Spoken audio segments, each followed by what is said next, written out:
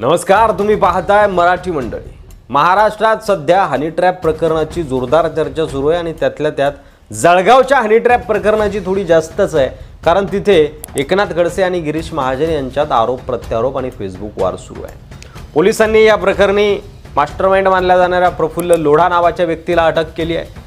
पण यावरून राष्ट्रवादी काँग्रेसचे नेते एकनाथ खडसे आणि गिरीश महाजन यांच्यामध्ये जे फेसबुक वार सुरू आहे आणि आरोप प्रत्यारोप सुरू आहेत, त्यामध्ये एक मोठा दावा, मोठा खुलासा आता समोर येतोय। खडसेंच्या आरोपांना 40 गावचे भाजपचे आमदार मंगेश चव्हाण यांनी पत्रकार परिषद घेऊन उत्तर दिलंय। मंगेश चव्हाण यांनी दुसऱ्या एका व्यक्तीच्या वक्तव्याचा दाखला देत एकनाथ खडसे यांच्यावर अतिशय गंभीर आरोप केलेत। एकनाथ खडसे यांचे अनेक महिलांसोबत अनैतिक संबंध होते, त्याची स्टोरी देखील सांगितली आहे, ती आपण पुढे बघणार आहोत। त्या महिला रात्री अपरात्री त्यांच्याकडे येऊन राहायच्या, सकाळी सोडायला लोक जायचे, असे खळबळजनक आरोप मंगेश चव्हाण यांनी केले। तर मंगेश चव्हाण काय म्हणालेत आणि जळगावचं हनी ट्रॅप प्रकरण आता काय वळण घेतंय, चला तर सविस्तर जाणून घेऊया। काय म्हणालेत मंगेश चव्हाण? एकनाथ खडसे यांनी स्वतः प्रफुल्ल लोढा याच्यावर टीका केली होती। प्रफुल्ल लोढा यांनी खडसेंच्या मुलाच्या मृत्यूबाबत प्रश्न उपस्थित केले तेव्हा तो मूर्ख माणूस आहे असं त्यांनी सांगितलं होतं। तोच व्यक्ती जेव्हा गिरीश महाजन यांच्यावर आरोप करत होता तेव्हा तो तुम्हाला गोड वाटत होता। खडसे साहेब, आपण जे फिराल ते चुगवतं, कुठेतरी तुम्हाला मनशांतीची गरज आहे। खरं तर तुमचं वय वाढलंय। आम्ही तर परमेश्वराला विनंती करूच की तुम्हाला परमेश्वरानं जास्त आयुष्य दिलं पाहिजे, कारण तुमच्या डोळ्यासमोर भाजपचे कर्तृत्ववान नेते कशा प्रकारे सक्षमपणे काम करत आहेत ते बघायला देखील कुणीतरी असलं पाहिजे, असं मंगेश चव्हाण यांनी म्हटलंय।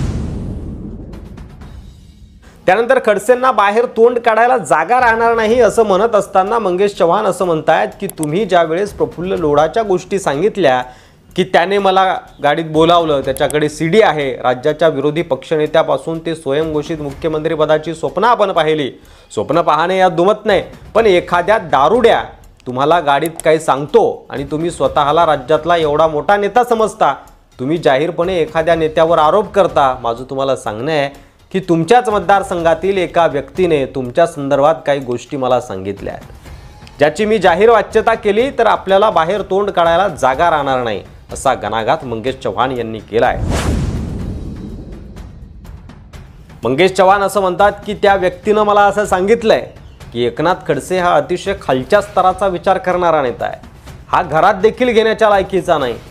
त्यांनी मला असं सांगितलंय की मी यांना अतिशय जवळून पाहतो। 20 वर्षाच्या इतिहासात यांनी अनेक लोकांना संपवलं, जवळच्या लोकांना त्रास दिला, हे त्यांनी राजकारणात तर केलंच, पण व्यक्ती म्हणून ही एक विकृती आहे। यांनी अनेक महिलांशी अनैतिक संबंध ठेवले, हे मी अतिशय जबाबदारीने सांगतोय, असं खळबळजनक आरोप, खळबळजनक वक्तव्य मंगेश चव्हाण यांनी केलेले आहे। पुढे मंगेश चव्हाण असं म्हणत आहेत की जसं तुम्ही लोढाचं सांगितलं की लोढांनी तुम्हाला सांगितलं म्हणून तुम्ही आरोप करत आहात, तुमच्या विरोधात देखील मला अशाच लोकांनी सांगितलंय।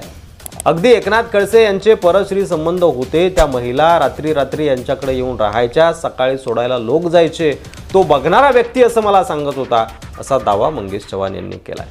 आता मी तुमच्यावर असे आरोप केले की तुमचे सुद्धा अनेक महिलांशी संबंध होते, तर तुम्हाला काय वाटेल? कदाचित ते आरोप तथ्यहीन असतील किंवा नसतील हा वेगळा प्रश्न आहे, पण माझ्याकडे जोपर्यंत पुरावा नाही तोपर्यंत ते आरोप मांडता कामा नये। राज्यातील विधानसभेचा एखादा सदस्य, मंत्री, माजी मंत्री जेव्हा बोलतो तेव्हा त्याच्याकडे पुरावे असले पाहिजे। आपल्याकडे कोणताही पुरावा नसताना आपण वारंवार गिरीश महाजन यांच्या चारित्र्याचे हनन करता। माझी आपल्याला विनंती आहे, आपण कुठल्याही मुद्द्यावर समोरासमोर यावं। गिरीश महाजन यांची प्रतिमा मलिन करण्याचा प्रयत्न करत आहात, ते लज्जास्पद आहे, अशी टीका मंगेश चव्हाण यांनी केली आहे। दरम्यान एकनाथ खडसे यांनी मंगेश चव्हाण यांच्या आरोपांना प्रत्युत्तर दिलंय। मंगेश चव्हाण यांनी केलेल्या आरोपांचे पुरावे सादर केले तर मी राजकारण सोडेन, असं एकनाथ खडसे यांनी म्हटलंय। एकंदरीत जळगावमध्ये हे जे काही आरोप प्रत्यारोप सुरू आहे, फेसबुक वार सुरू आहे किंवा गिरीश महाजन आणि एकनाथ खडसे यांच्यामध्ये जे काही युद्ध सुरू आहे, यावर तुम्हाला काय वाटतंय? यामध्ये काय सत्य असेल? तुमचं मत कमेंट बॉक्समध्ये लिहायला विसरू नका। मराठी मंडळीवर नवीन असाल, अद्याप सबस्क्राईब केलं नसेल तर लगेच सबस्क्राईब करा, व्हिडिओ शेअर करायला देखील विसरू नका। पुन्हा भेटू पुढच्या व्हिडिओमध्ये, तोपर्यंत रजा घेतो। धन्यवाद। जय महाराष्ट्र।